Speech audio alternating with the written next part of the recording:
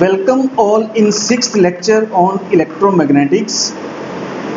In today's lecture, we will discuss about del operator and operation of del on scalar and vector quantities. Del is an operator which is represented as shown in the slide. It is also known as nebula. As we have three coordinate systems, so mathematically the value of del in three coordinates is represented as, in Cartesian coordinate, its value is curly upon curly x of x cap plus curly upon curly y of y cap plus curly upon curly z of z cap.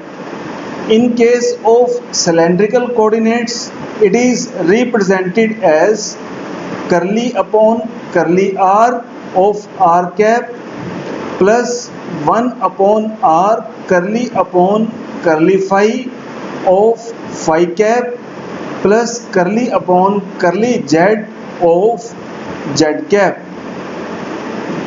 In spherical coordinates, as we have three axes which are r, phi and theta, so in case of cylindrical coordinates, the value of del is represented by curly upon curly r of r cap plus 1 upon r curly upon curly theta of theta cap plus 1 upon r sin theta curly upon curly phi of phi cap.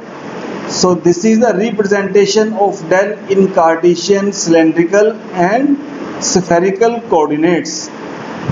Next is operation of del on scalar quantities. Operation of del on scalar quantities is also known as gradient. When del operates on an scalar, it is known as gradient, and the gradient of a scalar quantity represents a vector which indicates the maximum rate of change of scalar quantity with respect to distance. For example, let us suppose one of our scalar quantity is temperature.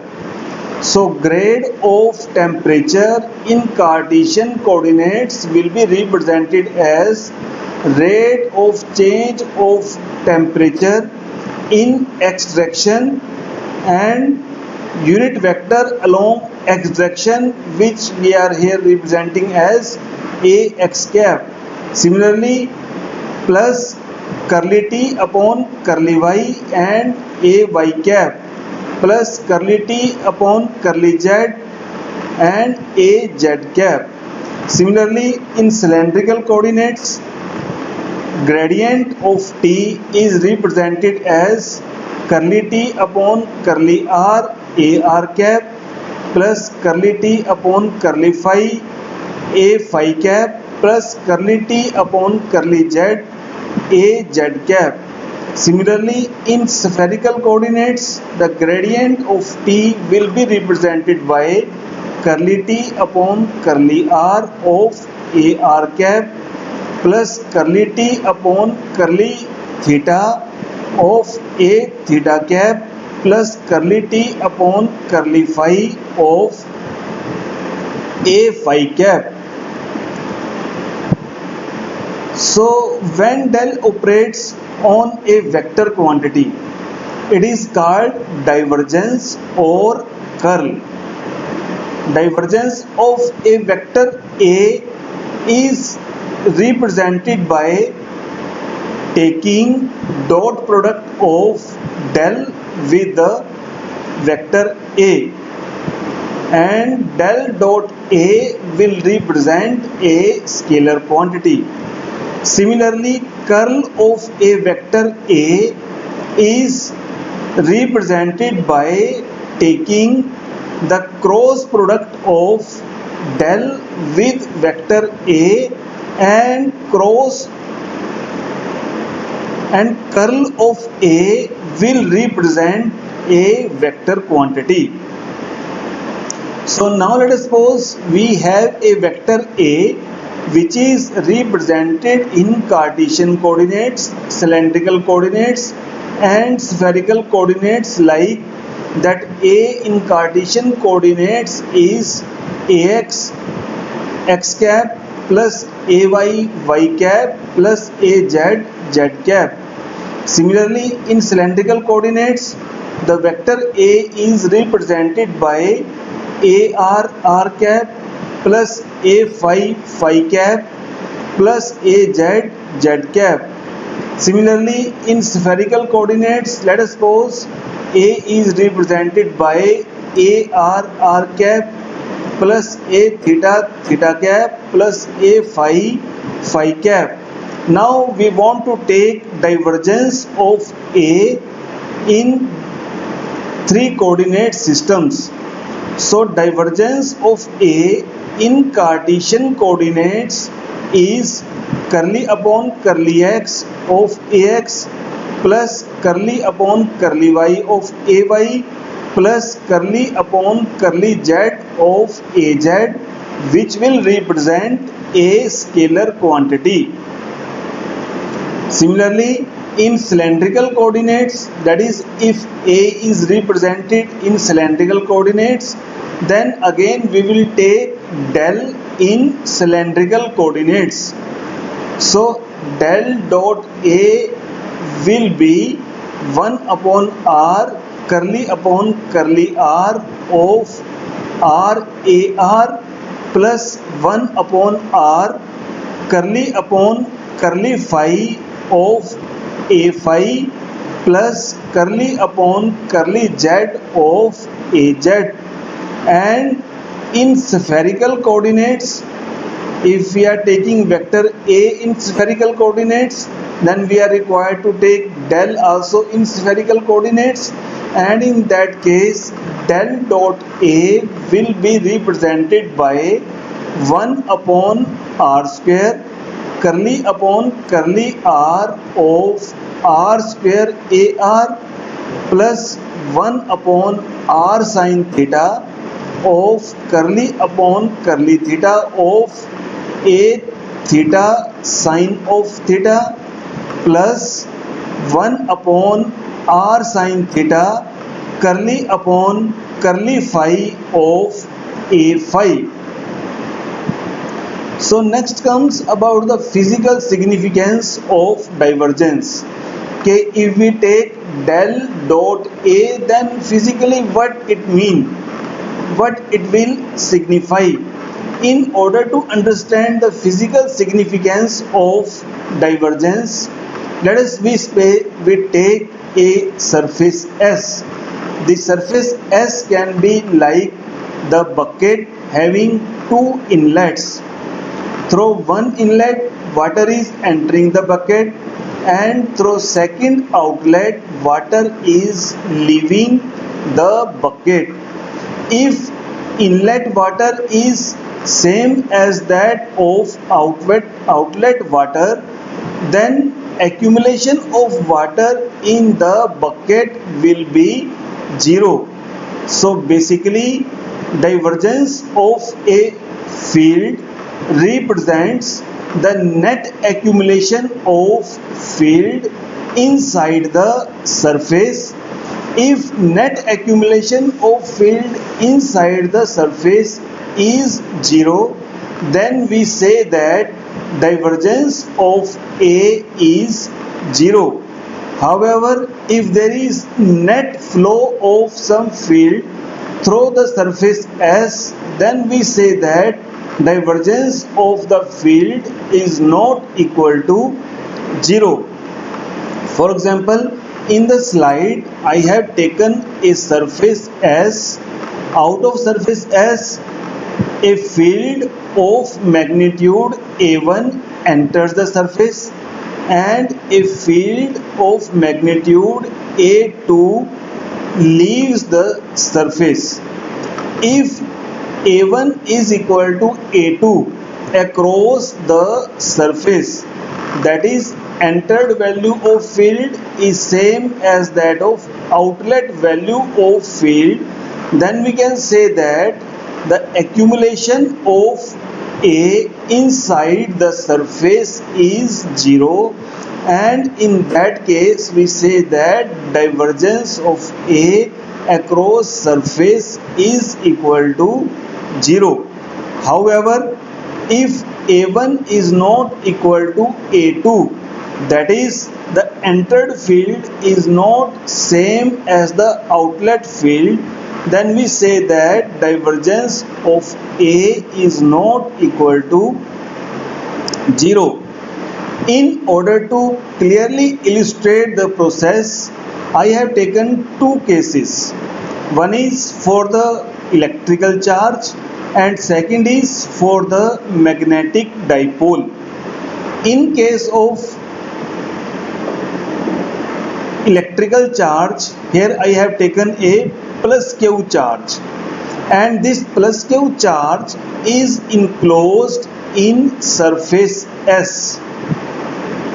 Now electrical lines emerges from plus Q charge and move towards the infinity. So we can say that the net electrical field is emerging out of the surface S, because the entered electrical field is not same as that of outlet electrical field. So we conclude that there is net flow of electrical field from the surface. So in that case we can say that the net accumulation of electrical field inside the surface is not equal to 0, and as net accumulation of electrical field inside the surface is not equal to 0, so we say that divergence of E is not equal to 0. However, case is different with magnetic lines.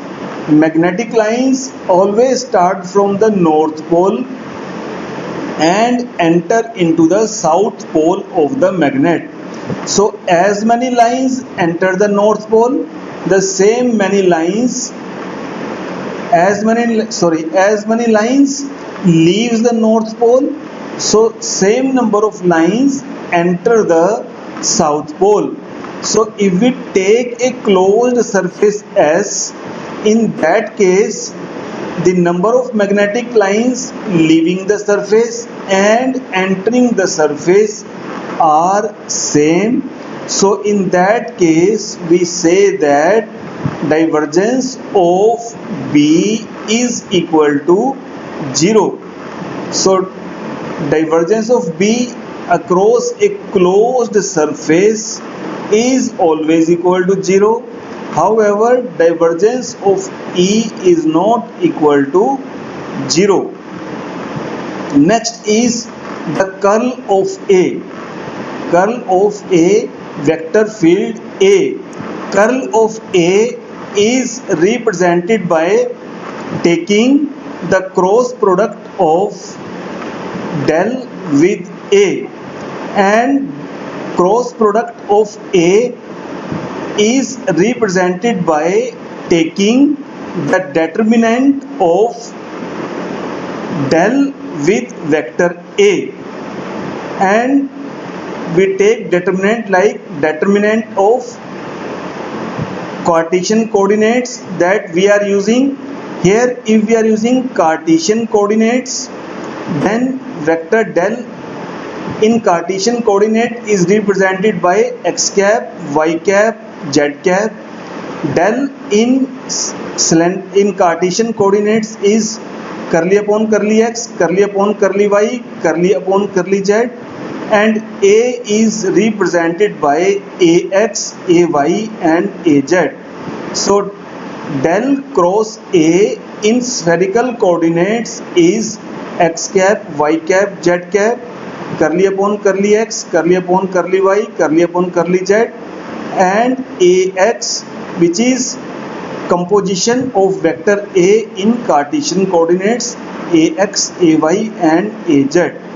Similarly, curl of A in cylindrical coordinates will be represented by taking determinant of unit vectors along cylindrical axis, which are r cap, phi cap, z cap, then curly upon curly r, curly upon curly phi, curly upon curly z, and a r, a phi and a z, and dividing the determinant by 1 upon r.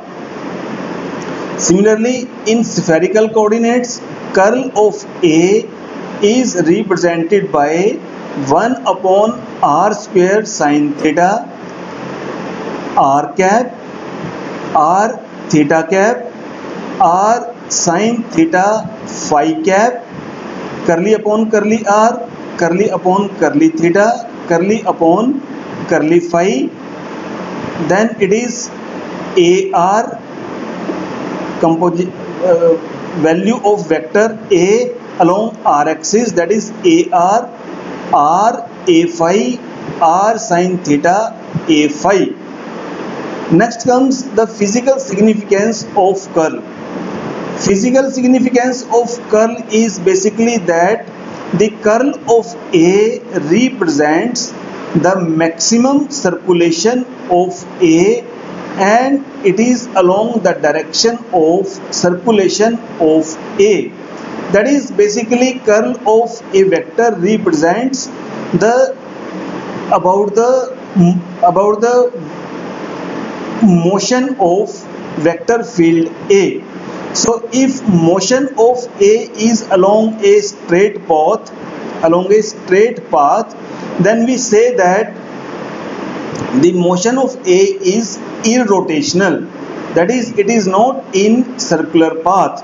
So if A is irrotational, that is, it is not in circular path, motion of A is not in circular path, then we say that curl of A is equal to 0.